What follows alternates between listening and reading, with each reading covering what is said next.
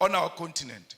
6.6 billion barrels of oil currently worth 276 billion US dollars. They control 79.5 million ounces of gold worth 119 billion US dollars. They control 699.3 million carats of diamonds worth 134 billion of US dollars. 3.6 billion tons of coal worth 216 billion US dollars. 287 million ounces of platinum worth 305 billion US dollars. These are the numbers that reflect British neo-colonialism in the African continent. I've not spoken about what French companies are doing.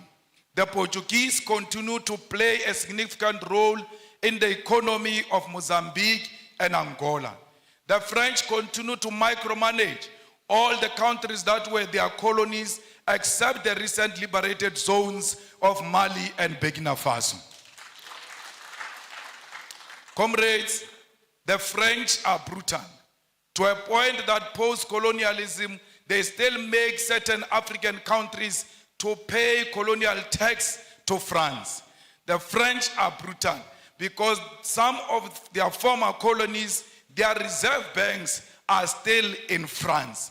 They are not in control of their own economy, yet they claim to have an independence.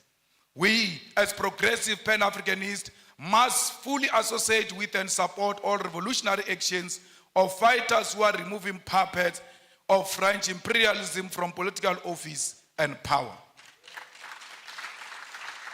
Not all these actions are revolutionary, because we must be careful of French-sponsored coups in Africa, where we think there is a revolution taking place in Guinea-Conakry, only to find that there is a French puppet who seeks to replace those who were there before. There is nothing revolutionary about the Guinea-Conakry coup.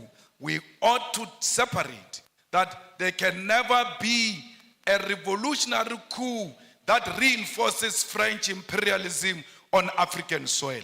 Anyone who comes into political office under the pretext that they are fighting a French puppet while knowing they are the French puppet themselves must be isolated by progressive Pan-Africanists.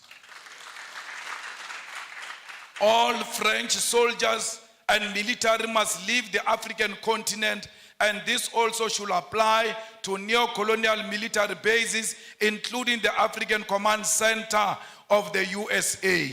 We don't want the army of America. We don't want the army of France here. We don't want the army of anyone. We want African army on African soil. The Pan-Africanist Institute should therefore provide ideological, political, and technical weapons to all progressive forces of the African continent to fight against colonialism. There is a political trend that is being accepted by African heads of state and government, where one country convenes all 54 heads of African states and government.